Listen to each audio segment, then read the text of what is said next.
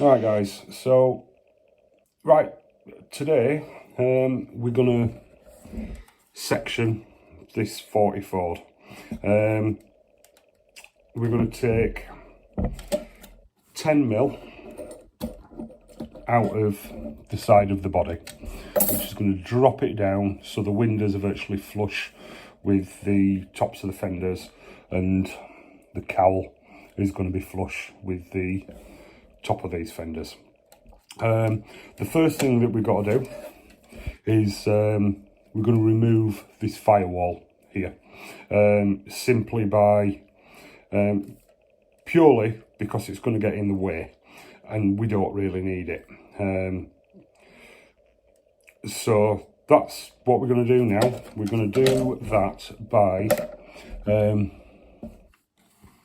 just scribing along these lines here until we go through using this. It'll take a while. I mean, I could actually get the saw in there.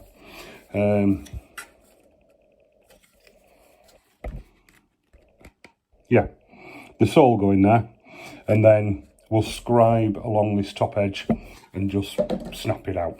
So I'll go ahead and do that now and then come back to you.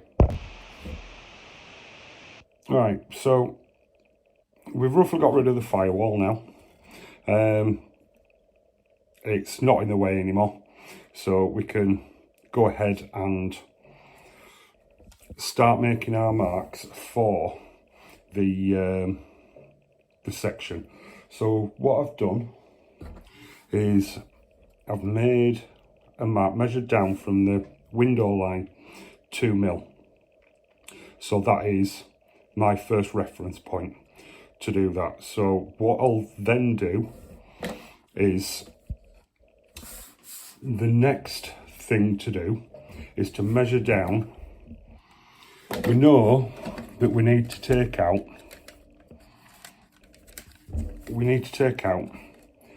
let's get the ruler. We need to take out 10mm from that line. So yeah, I actually think 9mm. We'll take 9mm from that line to that line, and then we will run some of this. I've got some of this Tamiya plastic tape. It's fairly thick and it's good for running a blade down. So, but what we're also going to do is, once this, you start cutting into this, it's going to start getting really floppy. So I'm going to tack the body to the fender unit, because what that will do is will keep the structural integrity of the body from flexing when I cut it apart. If I cut this apart now without that, this bottom end is going to end up really floppy and fragile. So the first job I'm going to do now is I'm going to mark these two lines. As I say, 9mm is what we're going to take out of this body, because once that moves up, the door line is, the fender line is going to be virtually parallel with the bottom of the windows, but it's going to allow me a bit of space to blend these fenders in, because I want them kind of blended into the body as one cohesive unit. Now what we're not going to do, so if you notice, once we section it, this section here, where this line meets the back of the roof, basically what you're doing is you're taking a section out of essentially a triangle. So if you run that line across here to here, we're going to lose all of this, and that's not going to line up. However, we don't need to worry about that, purely because when we put the custom part on, all of this here is going to be gone. we're going to change it so we can rebuild that area. So first of all, I think it might be easier to glue the, actually no it won't. I'm going to make my marks first, then I can draw the straight line with the ruler. Then I've got the space to, the ability to put the tape on and where the cuts are going to be. So let me go glue that, and then I'll mark out that and then glue the body to the fenders. Right, okay, so we've got that done. Got that second line measured out. Okay, as you can see, it's right at the top of that fender, but then we've got that 2mm leeway there.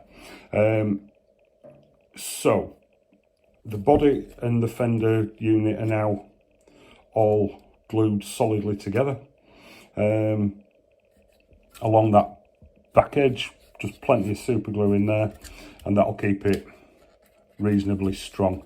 And it's tacked at the front and rear end, so that might still be a little bit floppy, but the way that we're going to do this is, rather than go straight in with a saw, I'm going to place the tape and then scribe the cuts to start with to get a good line to go in with the razor saw.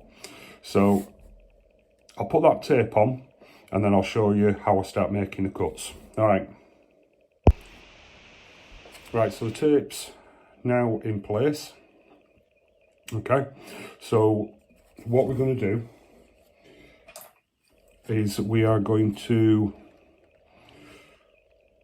scribe a line on that edge of this tape and the bottom edge of this tape, and that'll give us our 9mm section. So what I do to do that is, when I've found the lid for my marker pen so it doesn't dry out, I don't know where it's gone, let's not worry about it, but go in with an X-Acto knife, and I scribe carefully, and I'll struggle to do this on camera because I need to get fairly close up and it's quite delicate, if you will, but I'll start here along this one until I get it deep enough to get the razor saw, because to be honest with you, I'm not very good with a razor saw. I end up slipping all over the place. So I'll scribe these lines now, and then we can remove the tape and then do the cuts properly. Right guys, so we've got the cut lines established now. So what we're going to do next is we're going to finish these cuts. First off, we're going to remove this roof section, get that out of the way, and then we'll make these bottom cuts. We've established the line using scribing tool and this little saw, just to get them deep so we can make decent straight cuts. So I'm going to go ahead and remove this roof, and then across the line, across the back, we're going to use the trunk line, the boot line, as a cut-off point for the back. We're not too worried about this bit here because that's all going to disappear anyway, because we're getting a custom rear end on there. But what we do want to do is continue this sweep down. Okay, right, so let me just get rid of that, and we'll show you the aftermath. Alright, so this is where we're at. We've cut the roof off and we've cut this bit out here. We made the top cut first, remove the roof, and then carefully cut round the back. Okay, this bit that we've got here, we're going to save this bit because it could come in handy for piecing in. where we've got gaps. But right, so there we go. This is going to take a little bit of fettling, if you will. What we're going to do is we're going to use this door line to line it all up. Or are we? It depends like where we want the roof to be, because this is a custom. We can put it anywhere we like, to be honest. So, but yeah, I think the best option for it is to line these door lines up. Now, as you can see, we've got gaps, so we're going to fettle this roof, and then if you look here on the edges, it doesn't really line up. And then this back edge, as I said previously, we've got a stonking great gap there now. But once we get our custom part in for the rear, and get it out of the box, we can, all of that is kind of, that's going to be pulled in to about here. Sorry, that's that camera's not picking what I'm trying to say up properly. So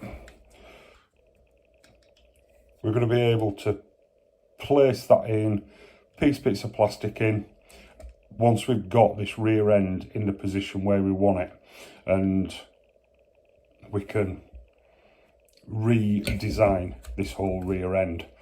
The important part is getting that section out, because we've now got the profile of what we want.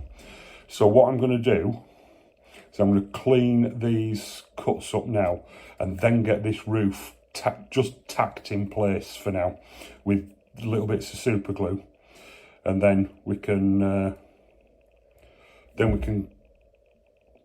see basically what we want. Okay, and we can get if it's just tacked in, we can break it off again and put it in the new position where we want it.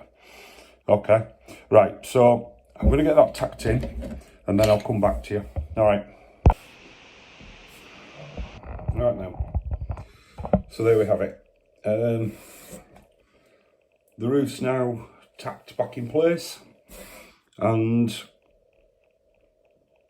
yeah, it's kind of heading in the, that's the biggest change that needs to be done.